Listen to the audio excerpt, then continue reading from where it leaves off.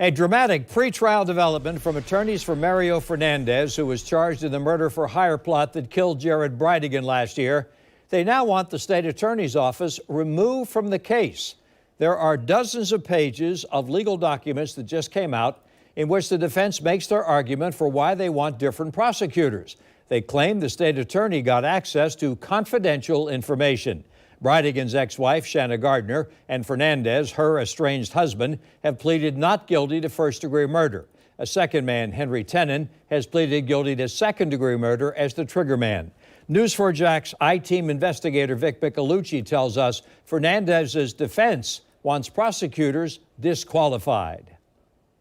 As Shanna Gardner, Mario Fernandez, and Henry Tenen sit in the Duval County Jail waiting for their next hearing, we are seeing a bold move from Fernandez's attorney that could mean big changes for the case.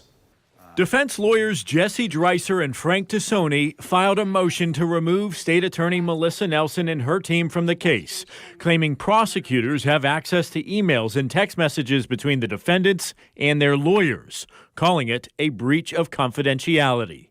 The allegations in the motion are that months and months ago, before anything happened, the state attorney's office got a warrant for both defendants' telephones. Lawyers went running to the court to say those phones contain confidential information, communication between proposed defendants and their lawyers. And Judge, the state should not have access to that information. The records show there were also wiretaps involving the FBI and the Secret Service. The state hired a third party to remove that private information, according to documents, but it still somehow made its way into a portal that at least 28 people had access to, including prosecutors, detectives, and federal agents. The documents show there are 66 emails between Gardner and her defense lawyers. We asked Gene Nichols, an attorney not affiliated with the case, to give us his take on the relatively rare motion. So what's next? Is this going to affect the case? It's going to have a tremendous effect. I think what it's going to do is it's at least we're going to see a freeze in time for at least a couple of weeks. This is not the end of this battle. This is just the beginning. Judge London Kite, who's presiding over the case, will decide if prosecutors stay on it.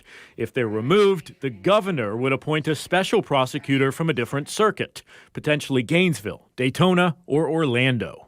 We reached out to the state attorney's office for comment as soon as we learned about this motion. A spokesperson responded saying the state will file appropriate objections to the defendant's motion and is confident it will prevail after full consideration by the court. I also called defense attorney Jesse Dreiser. He had no comment besides what they filed.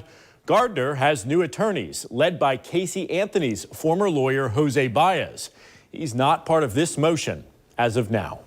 I'm Vic Micolucci, Channel 4, the local station.